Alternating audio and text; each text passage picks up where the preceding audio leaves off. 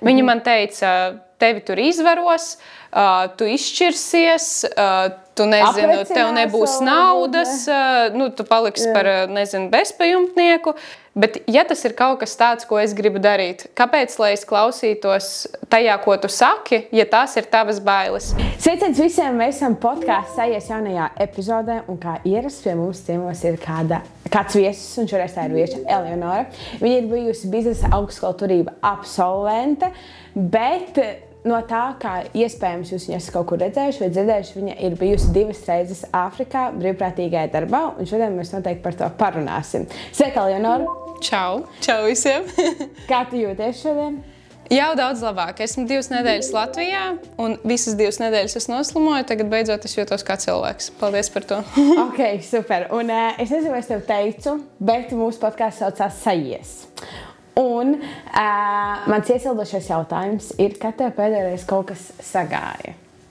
Labāk pajautāt, kad man kaut kas nesagāja, jo man bieži kaut kas nesaiet. Mēs varam arī apgriezt otrādāk, tā kā tu vari droši izpausties. Nē, ok, kad man sagāja, laikam, tāds tiešām sagāja, bija izveseļošanās brīdis Kenijā pēc malārijas. Tad sagāja. Tad man likās, mēs ejam tālāk, viss ir labi. Analīzēs bija, ka malārijas vairāk nav. Un, principā, tā bija ļoti, ļoti laimīga diena manā dzīvē. Man sagāja. Jo varēja arī nesaiet, lai cik arī briesmīgi tas neizklausītos. Ok, labi. Tu jau sāki ar saviem piedzīvojumiem Āfrikā, bet es domāju, sāksim ar tā teikt, kaut kur no sākuma. Kā jau es minēju, tu esi bijusi biznesa augstskolas turības absolvente, vai ne? Ko tu studēji? Es studēju žurnālistiku. Tajā laikā vēl bija tā programma. Tagad es saprotu, vairs nav. Ir tagad sabiedriskās attiecības, un es studēju tagad tās sabiedriskās attiecības, jā. Un kā tev bija viegli izdomāt, ko iet studēt vispār? Nē. Kā tu nonāci līdz tam? Tas bija ļoti, ļoti grūti, un es 12. klasē vienkārši, kā jau man liekas, lielākā daļa cilvēku nezinu, ko darīt. Un tagad, es tieši nesen par to runāju ar draugiem, ka tagad, ja es būtu 12. klasē, visticamāk, es to gadu paņemtu pauzi, es padomātu, ko es labāk gribu un tā tālāk, un tad varbūt ietu uz augstskolu. Nevis varbūt, bet ietu jau ar tādu skaidrāku vīziju. Man dzīvē ļoti palīdz vienmēr tas, ka es paņemu pauzes no kaut kā, un man tā vienmēr sanāk, man ir kaut kāds posms, man ir pauze, un tad es eju tālāk.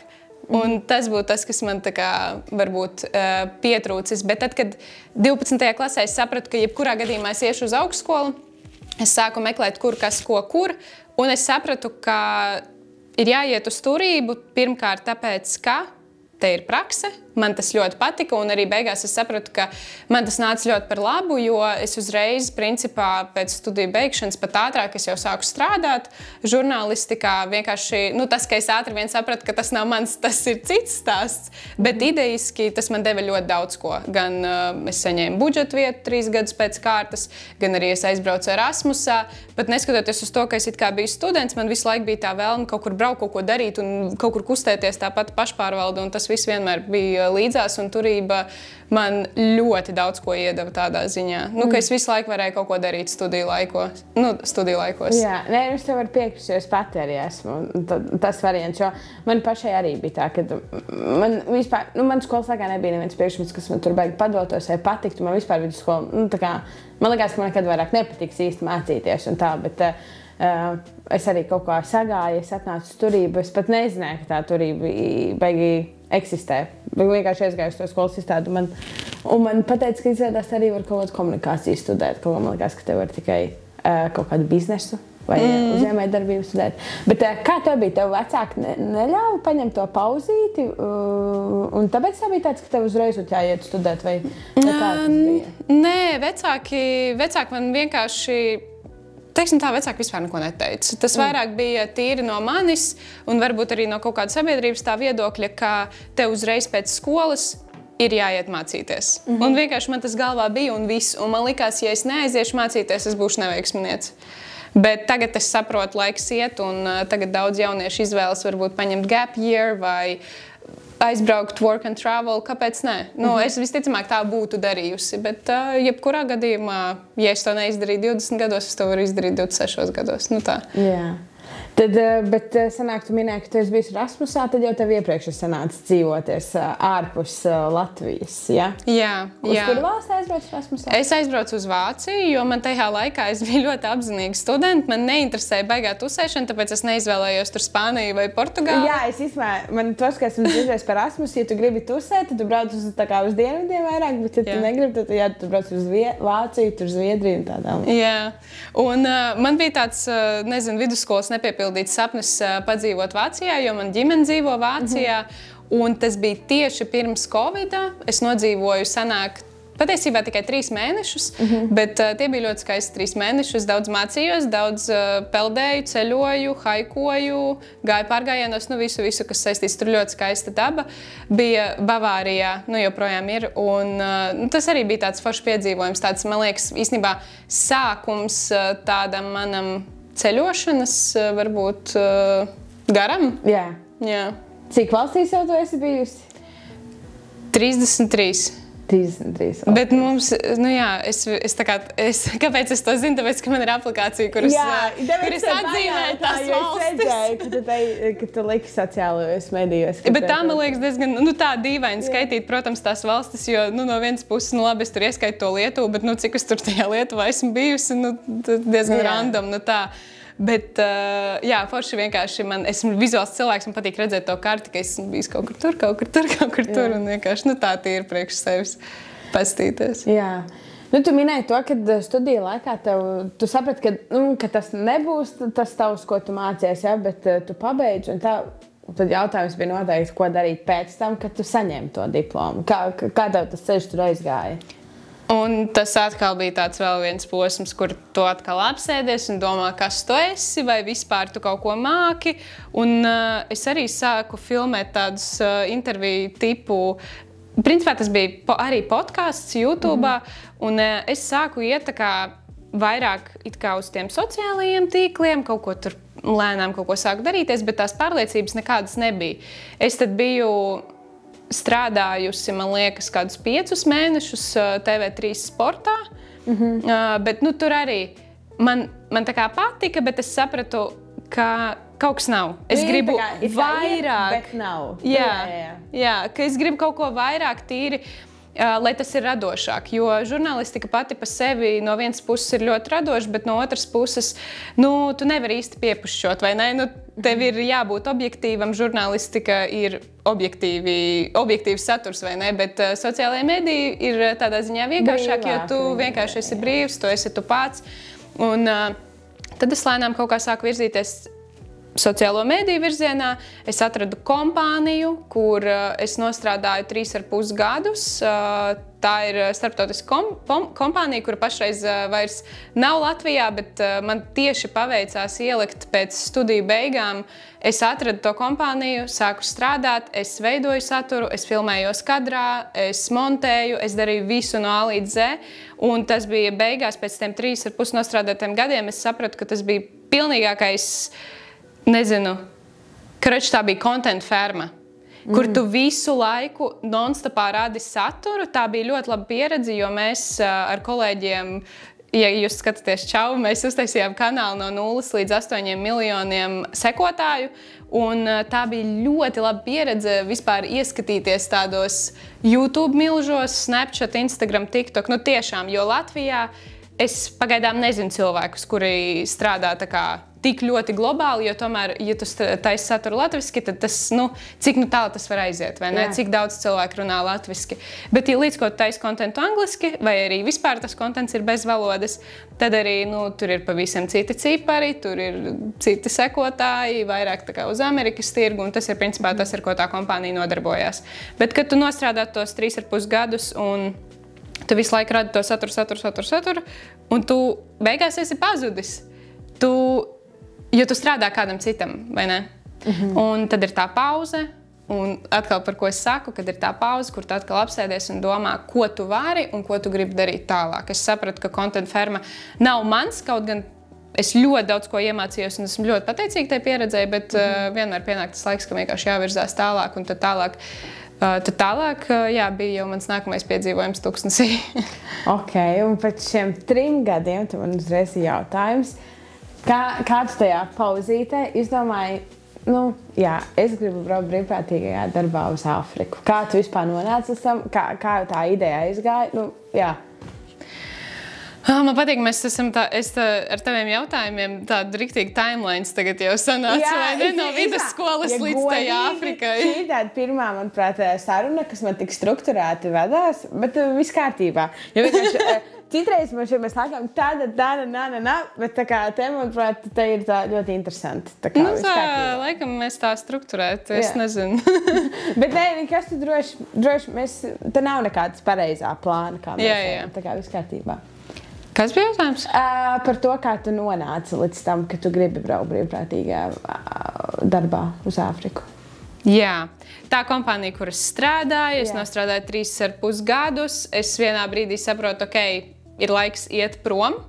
Un tai pašā mirklī es saprotu, ka es kaut kur noteikti došos, vai uz ilgāku laiku, vai nezinu, uz īsāku, vienalga. Es vienkārši zināju, ka es kaut kur braukšu, jo man tā ir, ja man galvā ir pilnīgs muģeklis, es zinu, ka man ir jāizbrauc prom. Es nezinu, kā lai to paskaidrotu. Tev arī tā kādreiz ir? Tā kā, kad vienkārši vajag aizbraukt kaut kur prom. Es teikšu, godīgi, es paši atklāt, man nav dušas, lai to izdarītu, bet man noteikti ir bijusi tāda sajūta. Es esmu īstenībā baigām īzela tādā ziņā braukt kaut kur vienai pašai ārpus Latvijas. Jā. Man vēl vajag to drosmīt, bet es ticu, ka kādreiz dzīvē es līdz tam nonākšu. Tā kā viss kārtībā. Bet, jā. Bet tev nav tāda, labi, varbūt ne ārpus Latvijas, bet kaut kāda tāda vieta Latvijā, kur tev ir tāds, ka tu vienkārši gribi aiziet prom no visiem un palikt viens?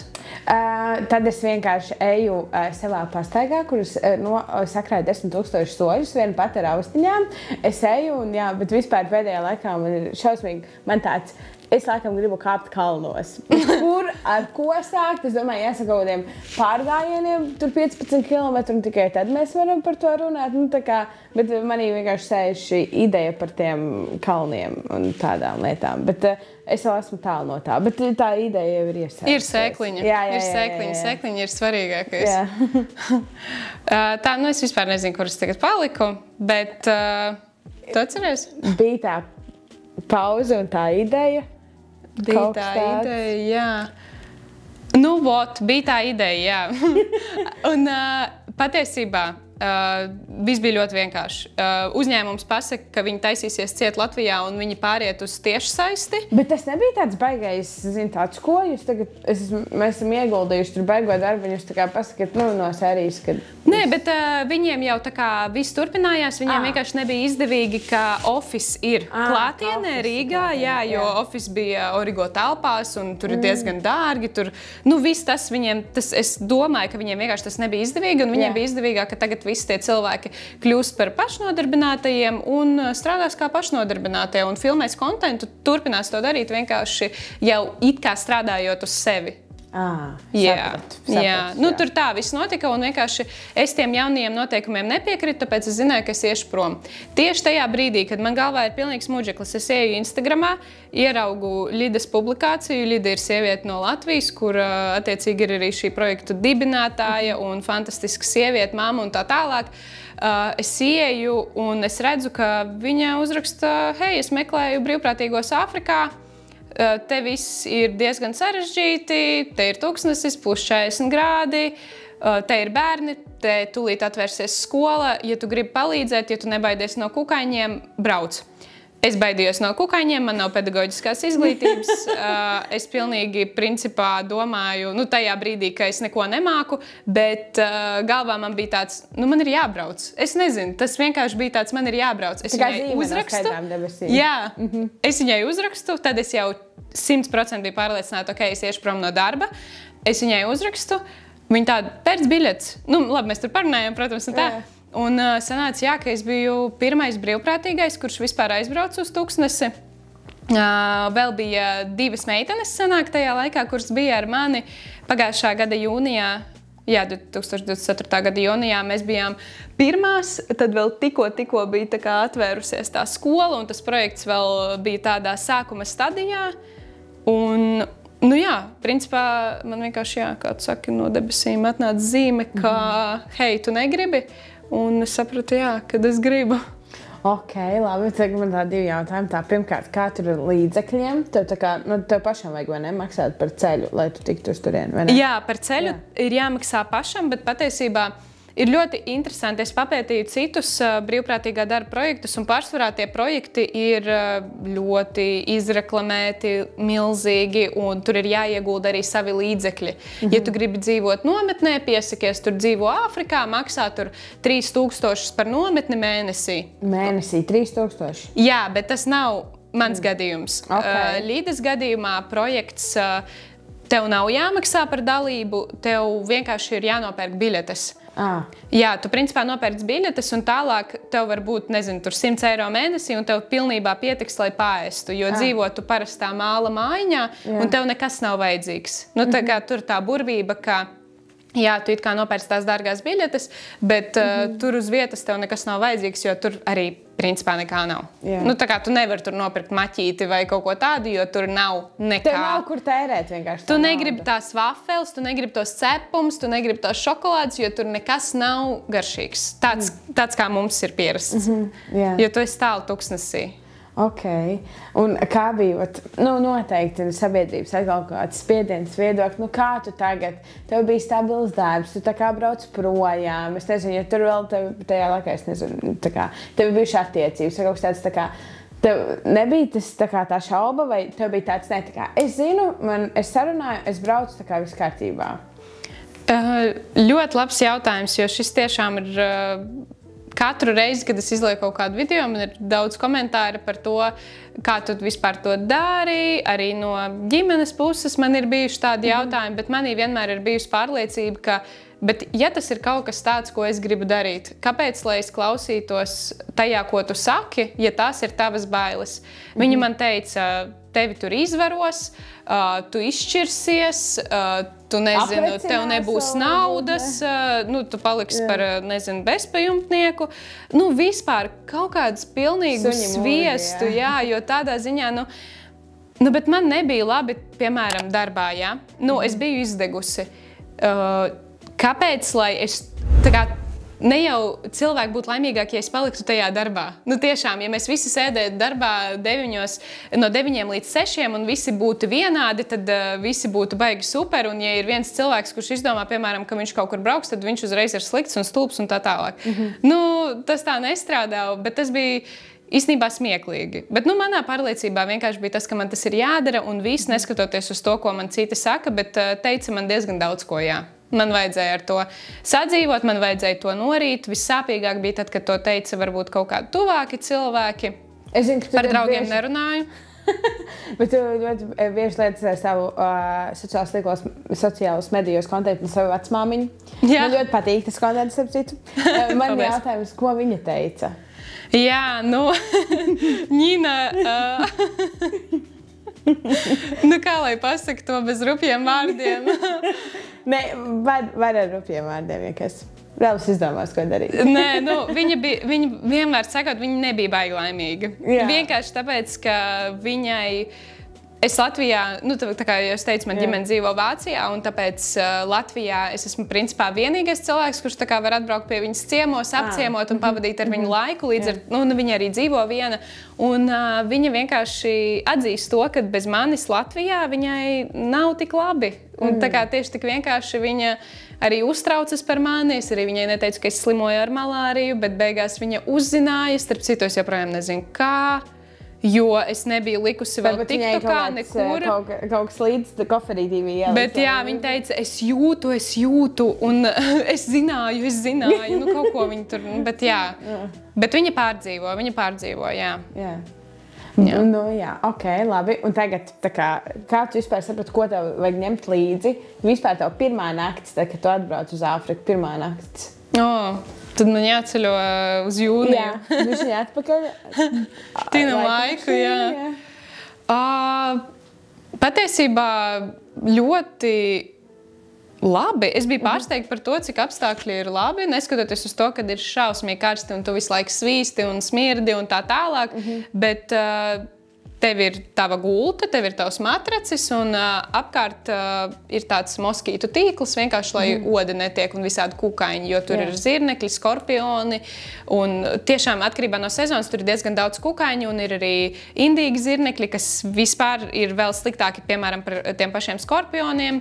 Jo skorpioni, cik es sapratu, viņi tā it kā gultā nelien, bet tie zirnekļi gan var. Un tie zirnekļi arī ir ļoti ātri, līdz 20 km/h viņi pārvietojas. Sun spider. Jā, ļoti tādi interesanti zirnekļi, kuri tur ir ļoti daudz. Un tad vienkārši ir tas tīkls. Tu atbrauc, tu sakārto mantas, tev ir tā tava mājiņa, tā tava gulta, daži skapīši, un tas ir viss, kas tev ir. Viss. Un tu tā kā te gulēt. Okay. Un kāda ir tava tā ikdiena tajā pirmajā reizē, kad tu tur atbrauci? Tā ikdiena, īstenībā, gan tajā reizē, gan šajā reizē bija ļoti, ļoti līdzīga. Kopumā es pateikšu, ka es tur pavadīju... Jā, es biju 2 reizes, un kopumā es Tuksnesī pavadīju 3 mēnešus sanāk pēdējā gada laikā. Kaut kas tāds. Kas bija jautājums? Kāds bija jautājums, jā. Es taču arī pateicu. Paga. Tā. Par ikdienu mēs sākām runāt. Par ikdienu, jā. Runājot par ikdienu, principā, kas man patīk Kenijā, kad tev ir sajūta, ka tu dzīvo pēc tiešām tāda saules pulksteņa. Saule noriet, tu esi nogurs, tu ej gulēt. Saule augšā, tu celies. Cik stundas tur ir saule dienā? Kaut kur no 6 rītā līdz 6 vakarā. 12 stundas. Okay. Un laika izmaiņas starp Keniju un Latviju starp citu ir 1 stunda tikai. Tas bija forši, jo es vienmēr varēju sarakstīties ar saviem mīļajiem un nebija nekāda baigā laika izmaiņa. Bet jā, mēs cēlāmies, es parasti cēlos apmēram 7 no rīta. Pēc tam paēdām brokastis un gājām līdz skolai. Tu ej līdz skolai, tevi vienmēr sagaida... Tu biji skolotāja, vai ne? Tajā skolā? Jā. Okay. Es biju... Pirmajā reizē es biju matemātikas skolotājs, šoreiz projekts attīstās un iet uz priekšu. Un ņemot vērā, ka man nav tās pedagoģiskās izglītības, es biju matemātikas skolotājs asistente. Un mēs ar to skolotāju kopā dzīvojām vienā māla mājiņā. Mēs divatā un mēs arī kopā gatavojāmies stundām un kopā taisījām visādas tur tabulas, skatījāmies, kā bērniņiem iet, kāda ir viņu izaugsme, jo mums ir ļoti svarīgi saprast, tā kā vispār, kur mēs virzamies, kāda ir viņu attīstība. Jūs angliski ar viņiem angliski, viss ir angliski. Viņi Tuksnesī runā turkana valodā, Kenijā ļoti daudz runā swahili valodā. Un plus vēl mēs viņiem mācam angļu valodu. Līdz ar to viņiem tur galvā ir 3 valodas, un es ticu, ka tas ir sarežģīti, bet es jau tagad varu pateikt, ka no jūnija līdz janvārim progress ir nereāls tieši angļu valodas ziņā. Ja agrāk man likās jūnijā, viņi kaut ko tur mūs saprot. Es tagad saprotu, ka viņi vispār mūs visticamāk nesaprata jūnijā, bet tagad janvārī man tiešām bija sajūta, ka mani saprot, ka mēs varam komunicēt jau tādā ļoti, ļoti basic angļu valodā, bet tā jau ir vairāk kā saruna pat ar bērniem. Viņi jau var pateikt, ko viņi grib, un viņi nerāda vienkārši ar pirkstu, bet viņi tiešām jau tā kā runā arī ar kaut kādiem teikumiem. Jā, un tad mēs ejam uz skolu, mūs sagaida mazie, viņi vienmēr skrien tādā čupiņā, kurš pirmais paņems manu somu, un tad mēs, tas, kurš pirmais dabū manu somu, ar to mēs ejam arī, ar visiem kopā mēs, protams, ejam uz skolu. Mums ir pirmā stunda, kas ir ļoti interesanti, es domāju, ka nevienā Latvijas skolā nav tā, bet mēs ar meitenēm izdomājām, ka mūsu pirmā stunda būs vienmēr afirmācijas, iesildīšanās un sporta stunda. Tā ir tāda stunda, kur principā tu tā kā pamodini sevi, pamodini savu labsajūtu. Pirmā stunda matemātika. Tā kā mums skolā, tu sēji tajā 8 no rītajā matemātikā. Tas būtu briesmīgi. Tā kā te ir forši tas, ka tā ir jaunpiedzimusi skola, un tu patiesībā ar to komandu, tu vari veidot to skolu tādu, kādu tu gribi, lai tā skola ir. Un, protams, tur arī meitenes ar izglītību un tam līdzīgi mēs ļoti daudz pārunājam visu, kas ir saistīts ar bērniem, un tikai gribam to labāko, tāpēc arī mēs izdomājām, ka tā varētu būt vislabāk. Un tā afirmācija daļa, protams, ir man mīļākā daļa, jo tur mēs ar bērniņiem sakam, ka mēs mīlam savu ķermeni, mēs mīlam sevi, mēs mīlam draugus, mēs mīlam mammas, mēs mīlam suņus, jo kāpēc mēs to sakam? Daži no viņiem ir teikuši, ka viņiem nepatīk savas sejas, ādas krāsa, ka viņiem nepatīk suņi, jo viņi var suņus sist. Tā kā tur ir daudz patiesībā tādas lietas, kas ir tā kā apakšā zem tā visa. Protams, ka caur tām afirmācijām nav tā, ka mēs tagad pasēžam parunājam un mēs to atrisinām, bet tas ir viens no rīkiem, kā mēs varam parunāt par to, kas ir svarīgs. Jo skolā ir noteikumi. Mēs nevaram sist suņus, mēs nevaram sist viens otru, mēs nevaram tur mētāties ar kaut kādiem priekšmetiem. Jo, protams, kad tas ir pavisam citādāk nekā Latvijas skolā, jo tur ir tūkstnesis. Un bērni, kā jau iedomājies, bērnu laukumiņā grib ar visu tur mētāties un skraidīt, un viņi ir piedzimuši tūkstnesī, tā ir viņu vide. Tie ir visi tur viņu akmentiņi, viņu smiltiņas un tā tālāk, un viņi ir gatavi vienkārši, es nezinu, viņi var skriet pa kaut kādiem tur celtniecības materiāliem, un neviens neskatīsies, ko viņi tur dara. Tur pusotragadīgs bērns stāvēs stabilāk uz kājām nekā mums, varbūt bērns Latvijā 4 gados. Viņi ir tādi, tūkstneša bērni. Tā ir viņu vide, kā viņi ir uzauguši. Jā, un mēs it kā atbraucam un dodam tos savus noteikumus, bet ir jāsaprot, ka tie noteikumi vienkārši ir tāpēc, ka mēs gribam, lai visi tajā vidē justos droši. Tā skaitā arī mēs. Par suņiem, par bērniem, par visu, tāpēc ir tie noteikumi. Es nedaudz aizgāju uz citu pusi, bet pēc tās rīta stundas mēs pasportojam, paspēlējam arī dažādas spēles. Bērniem vienmēr ir ļoti, ļoti jautri, tā ir viņa, man liekas, mīļākā daļa. Un pēc tam sākas stundas. Ir gan angļu valoda, gan matemātika, gan kristīgā mācība, jo Kenijā ir ļoti, ļoti izplatīta kristietība.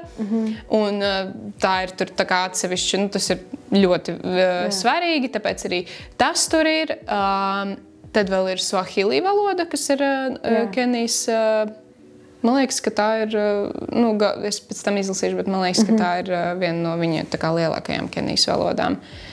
Un kaut kāds vēl priekšmets bija, bet es tagad neatceros. Tā. Principā mācam, gatavojamies, mācam atkal, un, protams, ir vēl arī ļoti daudz ārpusskolas aktivitātes, ko mēs ar bērniem darām. Piemēram, mums ir kino vakari, mums ir vecāku sapulces, es taisīju crossfit treniņus, mēs spēlējām volejbolu. Tev liekas, stundas, tā kā skola beigusies, un tā kā viss var atpūsties, bet nē, vai tu gatavojies nākamajai dienai, vai tu plāno tur kaut kādus lielos skolas plānus, vai tev ir kino vakars, vai tu vēl kaut kādus tur izglītojošie vakari, kurus mēs tur taisam ar vietējiem. Tā, tu visu laiku esi kaut kādā nepārtrauktā darbībā. Protams. Bet kāda ir tā sadarbība ar tiem bērnu vecākiem? Tā kā viņi nāk ar tādu atvērtu prātu pret to, ka jūs esat atbraukuši, jūs tagad mācīsiet viņu bērnus un tā. Tā kā kāda ir tā komunikācija ar viņiem? Patiesībā tā komunikācija kaut kādā ziņā ir ļoti sarežģīta, jo mēs nerunājam vienā valodā. Ir vajadzīgs vienmēr kaut kāds tulks, kas ir blakus, jo ir vietējie, kas zina angļu valodu, un vietējie, kas nezina. Līdz ar to, protams, ka tā komunikācijas barjera ir diezgan liela. Bet mēs jau, principā, uzreiz, man liekas, kad Ļida pirmo reizi tur bija, tas bija pagājušā gada februārī, ja nemaldos, viņi uzreiz saprata, ka tā atsaucība ir. Pirmkārt, tas, ka ir problēma, ka bērniem nav kur mācīties. Kāpēc vispār tā skola ir? Tāpēc, ka bērniem daudziem tūkstnesī nav vispār kur mācīties, jo skolas ir par maksu. Šī skola ir bez maksas, un vairāk nekā 100 bērni jau jūnijā bija skolā. Iedomājies, kad vienkārši ir tāds milzīgs plašums, un tev no katrām pusēm kaut kur atnāk kaut kādi skolnieki. Tā. Un tad mēs vienkārši sapratām, ka tas ir nepieciešams, un kā vecāki arī, viņiem arī tas ir svarīgi. Un vienkārši arī caur to, ka viņi nāk uz sapulcēm, caur to, ka viņi nāk pēc palīdzības, caur tādām kaut kādām rīcībām no viņa puses mēs saprotam, ka mēs te esam nepieciešami. Un tā ir tāda laba sajūta. Viņi varbūt nevar to pateikt, jo viņi ir tādi, tūkstneša cilvēki. Es nezinu, kā lai to paskaidro, bet, ne bargi, bet vizuāli tev varbūt nebūs tāda sajūta, ka tas ir tas cilvēks, ar kuru tu gribētu parunāt, bet tu pēc tām rīcībām saproti, ka mēs esam draugi. Tā kā tu nāksi pie manis. Viņi uzticās. Viņi uzticās, ir tā uzticība, un viņi arī ir pateicīgi, protams, un viņi to arī ir vairāk kārt teikuši, gan tā kā vecāku sapulcēs, gan atsevišķi. Man liekas, jā, ka vispār viņu dzīves ir pilnībā apgriezušās kājām gaisā, kad atbrauca vairāki cilvēki uz turieni un sāka veidot tur principā tādu kā nometni jau tagad. Cik bija pirmajā reizē, kad tu atbrauc? Cik jūs tur bijāt brīvprātīgi un tagad otrajā reizē, kad tu atbrauc? Cik jūs jau tur bijāt? Tā, pirmajā reizē mēs bijām, ja nemaldos, 5. Tad tagad ap 10 cilvēkiem bija brīvprātīgie, kas ir ļoti daudz, bet patiesībā tā kvantitāte nav svarīgākā. Svarīgākais ir tas, ka... Tas darba ieguldījums, ko viņi... Jā, tas, ka, piemēram, tagad brauc pedagogi, tagad arī brauc medicīnas personāls, tie cilvēki brauc, piemēram, kā es atbraucu otro reizi, tā kā es jau zinu, kas tur notiek, un tas arī ir svarīgi. Līda arī tieši par to teica, ka forši, ja cilvēks, piemēram, ir meitene, kas tur paliek uz pusgadu. Tas ir tiešām vērtīgi, jo tas cilvēks nevis vienkārši atbrauc tur uz dažām nedēļām, hei, man sauc Eleonora un aizbrauc prom, bet paliek ilgāku laiku periodu, un tad tiešām var arī sniegt to ieguldījumu. Un tagad tur ir meitenes, kas paliek reāli pusgadu. Un tad tas ir jau tāds, ka principā viņas sezonu paliek, pēc tam aizbrauc, piemēram, uz mājām, un tad brauks atkal atpakaļ. Un tiešām, lai tā skola attīstās, aug un tā tālāk, vienkārši, lai nav tā, ka mēs tur atbraucam kaut ko dažus mēnešus padaram un aizbraucam prom, bet ka tas ir tiešām tāds ilgtermiņa projekts. Jā, bet kādas bija tādas tās, es negribu teikt, nosaukt to kā kultūra šoku vai kas tāds, bet kas bija tāds, ka tev tajā pirmā reizē atbraucot tādām cilvēkam zinu no Eiropas, ja? Un ieraugot tāds, ok, tā kā uz šīs pasaules zem arī notiek šādi. Tā kā tev bija tādas lietas vai īsti nē? Protams, tagad es jau it kā esmu pieradusi pie tā visa, kas tur notiek, bet tā, domājot tīri, ja es vispār, man liekas, nebūtu ceļojusi, ja es nebūtu bijusi tur, piemēram, pirms tam Āzijā, tad droši vien, ka man būtu ļoti, ļoti liels kultūras šoks gan par cilvēkiem, gan par viņu kaut kādu attieksmi, gan kaut kādā ziņā par to, cik vēsi viņi ir. Bet it kā vēsi, bet tai pašā vienkārši varbūt viņi ir vēsi, tāpēc, ka viņi nevar īsti ar mums sarunāties, un mēs nevaram ar viņiem līdz ar to, protams, un mēs arī esam ļoti dažādi. Un es nekad, laikam, nevaru pierast pie tā, ka Kenijā vienalga, kur tu iesi, tu būsi slavenība, jo tu esi baltais cilvēks. Un pie tā gan ir grūti pierast, jo visi uz tevi rāda ar pirkstu. Un tiešām visu laiku muzungu, viņa valodā ir baltais cilvēks. Un viņi tiešām, iedomājies, mums būtu Latvijā, mums ir melnādainie cilvēki, un mēs visu laiku liektu melnādainais cilvēks, šitā. Un viņiem tas ir pilnīgi kultūrā, tādā, pat arī galvaspilsētā, ne tikai Tuksnesī, jo, protams, galvaspilsēta un Tuksnes ir divas dažādas lietas. Bet tas man bija tāds, bet pagaidi, tā kā cik tu mani sauksi, bet viņiem šausmīgi interesē, viņi grib tev pieskarties, bērni grib aiztikt tavus matus, jo mums ir taisni mati, un viņi ir glūdi, un viņi ir tādi pavisam citādāki, bet es gribu aiztikt viņu matus. Tā kā, mēs esam ļoti dažādi, tāpēc mēs arī esam, interesanti viens otram, tas arī ir normāli. Bet tā, par ko vēl man varētu būt kultūras šoks?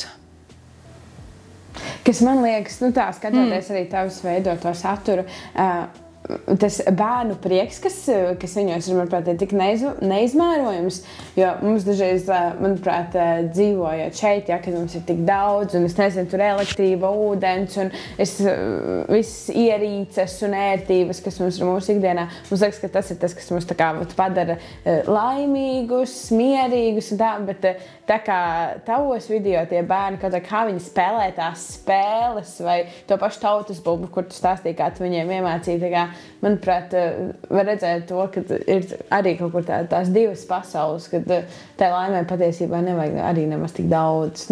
Tas ir 100%. Īstenībā tu tagad tā pateici, un es aizdomājos, es Latvijā neesmu tā baigi daudz strādājusi ar bērniem, un mans tagad priekšstats par bērniem ir tāds, ka bērni ir ļoti pateicīgi, ka bērni ir ļoti ieinteresēti pilnīgi visā, ko tu dari, jo reāli jūnijā, kad es atbraucu, es varēju parādīt, nezinu, lapu un zīmuli, es pārspīlēju, un bērniem būtu tāds, wow! Jo tiešām, un es tagad runāju, man ir zosāda no tā, ka tie bērni, viņi nebija redzējuši neko. Un tā tiešām bija. Jo tu pareizi saki, mums ir pilnīgi viss, bet tur nav pilnīgi nekā bez pārspīlējumu. Un tas liekas tik dīvaini, jo ir 2025. gads un it kā visur pasaulē tik daudz naudas un viss notiek un viss ir, bet tikpat daudz, kur arī nekā nav. Jā. Un tas ir vienkārši, jā. Bet par bērnu prieku tas ir vienkārši atsevišķs stāsts, cik viņi ir starā vienkārši par visu. Par katru mantu, par katru spēli, par katru uzdevumu. Viņi skolā ir ieinteresēti visos priekšmetos. Pat ja tā ir matemātika, viņiem tāpat ir interesanti un viņi ir gatavi. Jā, jādomā, kā noturēt interesi bērnu. Jā. Tur tās divas lielās atšķirības. Man liekas, ka te skolotājiem Latvijā ir jālaužas pāri visam. Vispār es nezinu, kā man viņu ieinteresēt, kā man būt tur stilīgai, kā man tur būt, nezinu, baigi vēl arī foršai un kaut ko vēl iemācīt un tā tālāk. Tā kā baigi grūti, bet tur tu esi tiešām tāds, kāds tu esi. Es kā cilvēks tur, jo es neesmu arī ar pedagoģisko izglītību, man vairāk ir tas, ka es nezinu, es visu laiku, katru reizi, kad nācu uz to klasi, es domāju, šī ir mana skatuve, šie ir mani draugi, ar kuriem es pavadīšu tagad 40-50 minūtes un ar kuriem mēs mācīsimies kaut ko jaunu. Un tā arī mēs mācījāmies. Jā. Tad, kad tu atbrauc pirmo reizi atpakaļ, tu uzreiz zināji, ka tu brauks vēl vienreiz? Pēc sajūtām, jā. Pēc naudas līdzekļiem, nē. Cik tev aizgāja uz pirmajā reizē? Uz cik ilgāk tu aizbrauc? Pirmajā reizē es aizbraucu uz 1,5 mēnesi, un tagad es aizbraucu uz 2 mēnešiem. Un cik tev aizgāja naudas līdzekļi? Pirmajā reizē bija safāri, tāpēc bija daudz dārgāk, jo es zināju, ka, ja jau es esmu Āfrikā, es gribu arī safāri, un toreiz uz safāri viena aizgāja 500 eiro. Bet tas bija tā kā nedēļu, tur bija viss, un, jā, bet biļetes vien maksā, ja tev paveicas, tad turpat atpakaļ ir 600 eiro. Un man šoreiz paveicās. Es tiešām tā arī nopirku. Es nopirku turp pa 300 eiro un atpakaļ pa 300 eiro. Tas ir ļoti labi, jo parasti tas ir 400 eiro, 500 eiro vienā virzienā. 1000 es teiktu, ka ir jārēķina, ja gribas braukt kaut kur tālāk par Eiropu. Un kā ir pēc tam, kad tu atbrauc? Kādas ir tās sajūtas? Vai kaut kā to adaptācijas, to periodu sajūta, lai vispār saprast, labi, es esmu atpakaļ, es esmu Latvijā un tā. Jā, tas atkal ir tagad tas mans posms, kas ir tagad, ka es esmu atkal atbraukusi.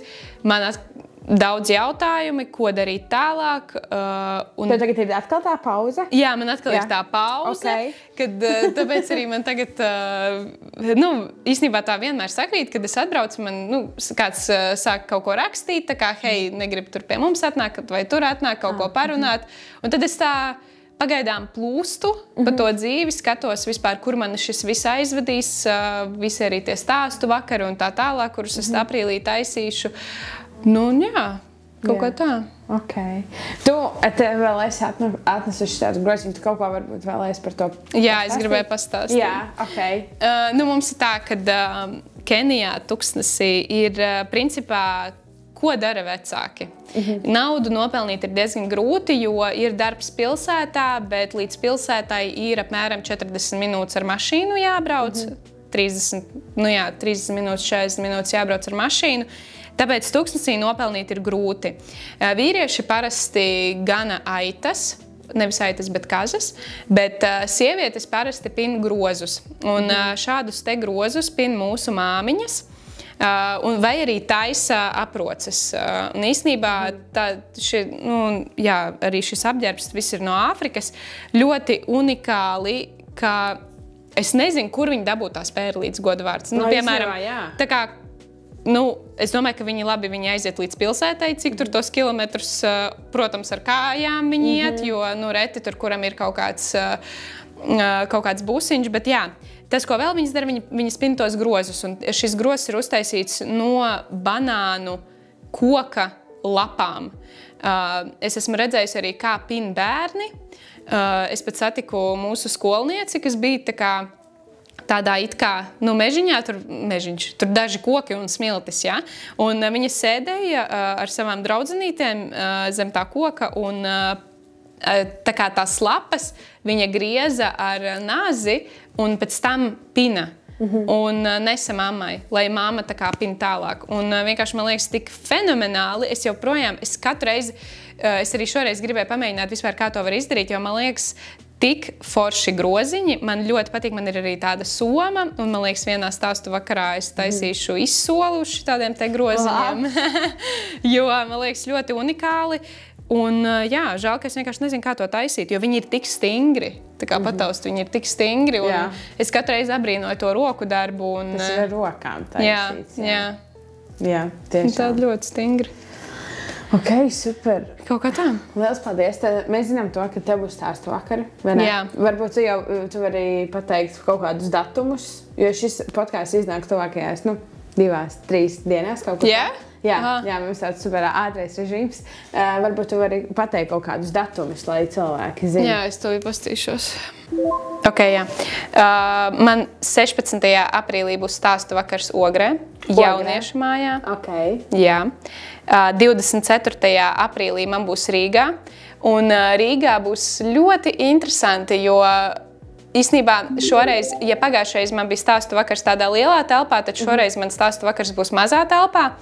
Un, man liekas, būs tāda ļoti intīma, interesanta atmosfēra. Es centīšos to padarīt nevis vienkārši par stāstu vakaru, bet arī par tādu tā kā pieredzi cilvēkiem, kas uz turieni atnāks. Arī, protams, būs diskusijas un tā tālāk. Un, jā, es visus ļoti, ļoti gaidīšu, bet ir vēl viens datums. Pagaidiet, mīļie.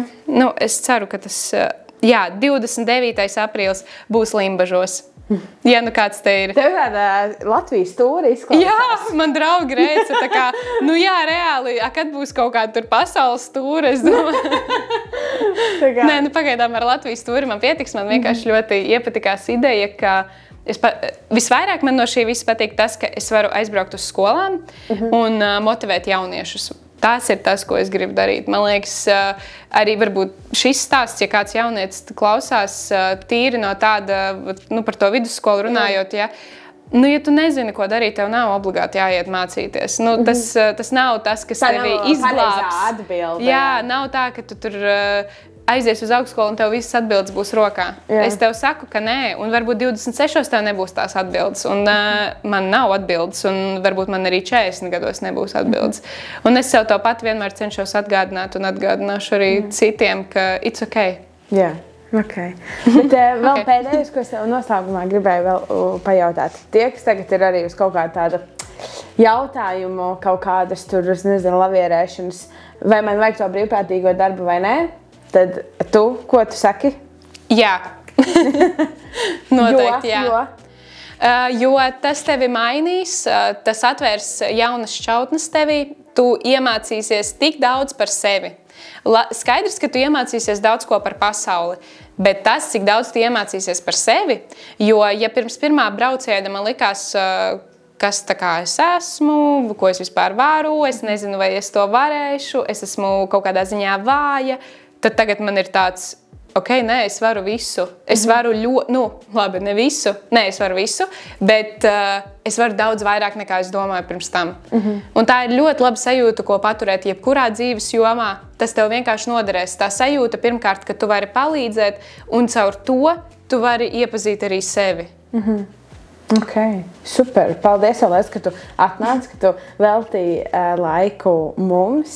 Man ļoti patika tavs stāsts. Tiešām es pati arī ļoti daudz ko sev paņēmu. Un tad jau es tev novēlu, lai tev šajā pauzē atnāk pie tevis atkal kaut kāda iedvesma, skaidrām debesīm vai iedvesma, ko tu gribi darīt tālāk, jo es ticu, ka jebkurā gadījumā viss notiek tā, kā tam ir jānotiek, un viss būs kārtībā.